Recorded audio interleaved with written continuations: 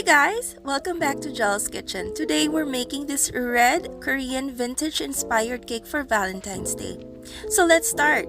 We need 4 cups of all-purpose flour and we'll sift this in batches. We sift our flour to take out our impurities.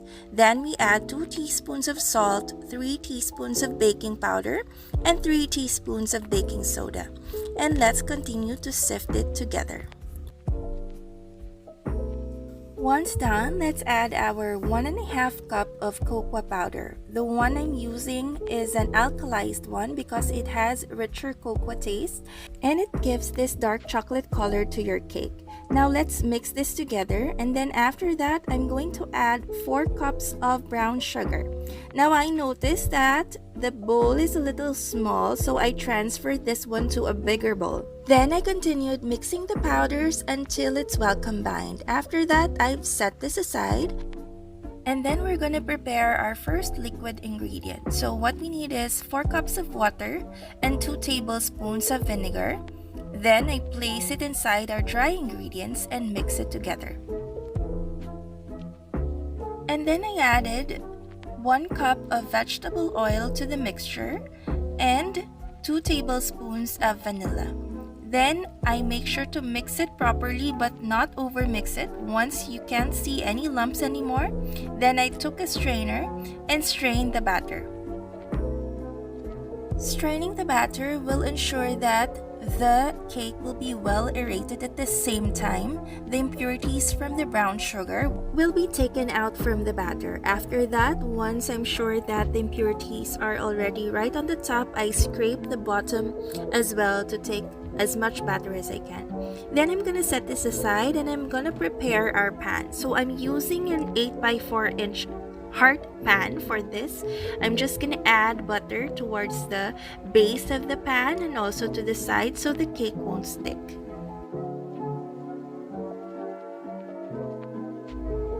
Then I've cut out a heart-shaped parchment paper to be placed on the base so that when we are done with baking, it's easier to take out the cake. So this is the second pan, and the recipe that we're doing is actually 2 batches so that it would be able to accommodate 2 8x4 pans.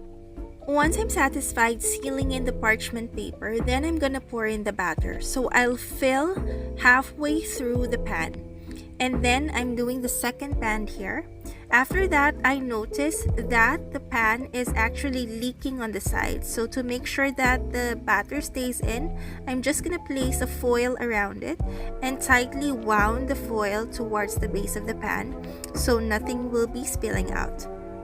Once I'm done with placing the foil, I'm just gonna tap it out lightly towards the counter to take out the air pockets. And then I'm gonna do the same thing with the second pan. Bake this for 150 degrees Celsius for about 1 hour and 10 minutes. While we're waiting for our cake to bake through, we're gonna start making our chocolate ganache. So we need 500 grams of dark chocolate, and then we add 3/4 cups of all-purpose cream over it, and I'm just using the hot water bath method, or you can even do a double boiler one over the stovetop. Just make sure that you work fast so that you won't make your ganache split into oil and milk solids. Once it's done like this, I'm just gonna set this aside and let it cool, and then I'll place it in the fridge for about 15 to 20 minutes, and then I'm just gonna whip up this cool down ganache so that it will be creamy like this. Once it's creamy, I'm gonna add 1/4 cup of whipping cream just to fluff it a little bit more and to make it even more spreadable. Then afterwards, we're just gonna scrape out the bowl and check out the consistency of this very yummy chocolate ganache. So it's really very good also to pipe with. After that, once I'm satisfied with it already, then I'm just gonna set this aside and let's check on our cake. Now that the cake is done, I'm just gonna let this cool for about an hour or 2, and then once it's done, let's scrape out the sides with a knife so it easily falls out of the pan. Then I'm just gonna flip it over as fast as I can. Then we'll take out the parchment paper and look how beautiful the aeration of this cake is. After which, I'm gonna flip it top side up, so we will be slicing this cake later, making sure that this is all well leveled. So the top layer usually with the cakes domes a little bit, so we need to cut that top layer off. Then with the cake leveler, I'm just gonna cut off 2 inches from the base of the cake, and then I'm just gonna take the tops off, place it to the sides, and then stack both the base cakes down until I finish the top layer and take out the domes. After that, we're ready to assemble. I'm just gonna be placing a little bit of ganache over the cake board so our cake won't be slipping from the board. Then I'm gonna place the first layer, place a very generous amount of ganache over the top, and then I'm just gonna level this out. Once it's well leveled, I'm just gonna place the second layer of cake, making sure that all sides are aligned, and then placing the second layer of ganache on top, and then finally the third layer of cake. Then I'm gonna place the crumb coat over the top layer and the sides of the cake.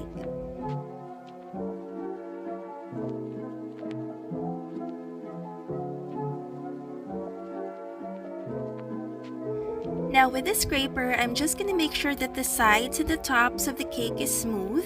And then after that, I'm just going to clean the board out to the side so that it will be ready for icing. Now you need to let this set for 10 minutes in the fridge. After that, we're ready to ice our cake. So I'm using a whipping cream, and this is in white. Now you might be wondering why I'm using white when the cake is red. The answer is you need to have a lot of food color for that red to pop out. So for us to save on food color, we're just gonna place the base of white, and then we're gonna top it off layer with a thin layer of red icing. Now I'm gonna go ahead and smooth out the tops of the cakes and the side with a spatula.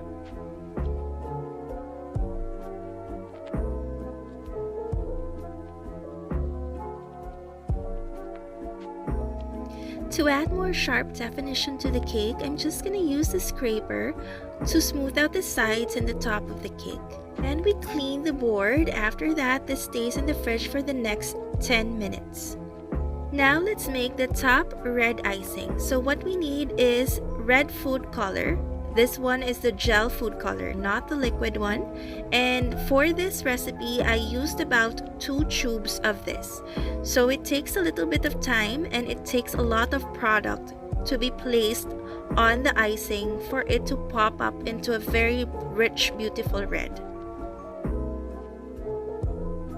Then again, I noticed that I had a hard time mixing the icing, so I transferred it to a bigger bowl. Then I continued mixing and adding a little bit more of that red food color until I'm finally satisfied with how it looks like. This is now ready to be placed on our cake. Now I'm just going to place a thin layer of red icing on the top and also on the sides of the cake. So the same method that we did earlier, we're just going to do a thin layer on the sides.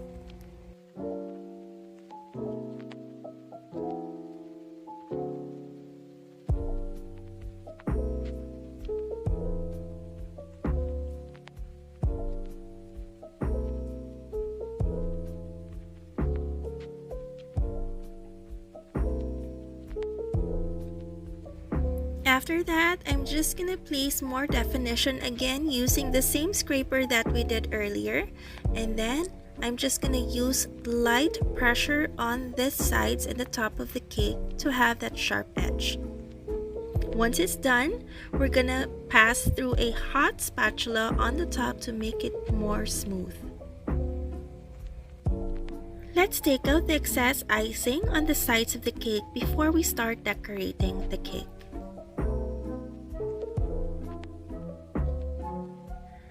I'm using E18 tip on this piping bag with the same icing that I used, and I'm just gonna place these ruffles on top of the cake.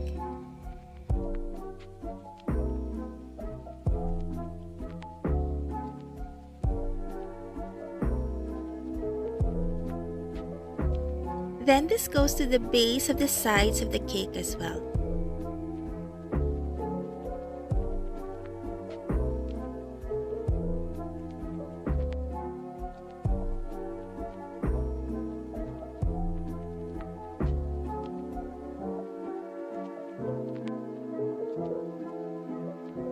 So I'm gonna add some detail work on the side of the cake. Now I'm using this 7-teeth tip. I'm not sure the name of this tip, so you can go screenshot the video and then check with the baking store.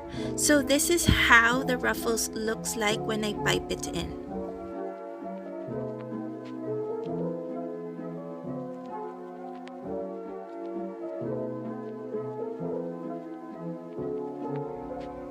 I'm gonna pipe the middle part of the swags with this detail work.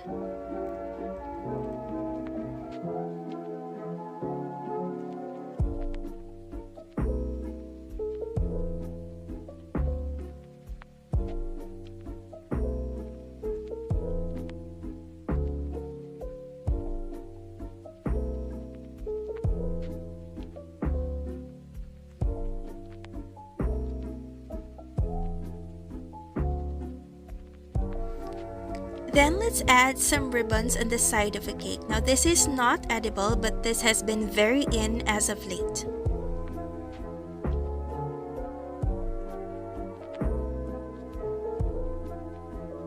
This already looks very gorgeous, but I want a little bit of contrast, so I'm adding gold luster dust on the top of the cherries and then place it on the top of the cake so it pops out. Now this actually is a very beautiful, simple, yet so elegant looking cake. And since this is Valentine's Day cake, I'm just gonna write down I love you on the top. We're using buttercream to pipe it on top of the cake.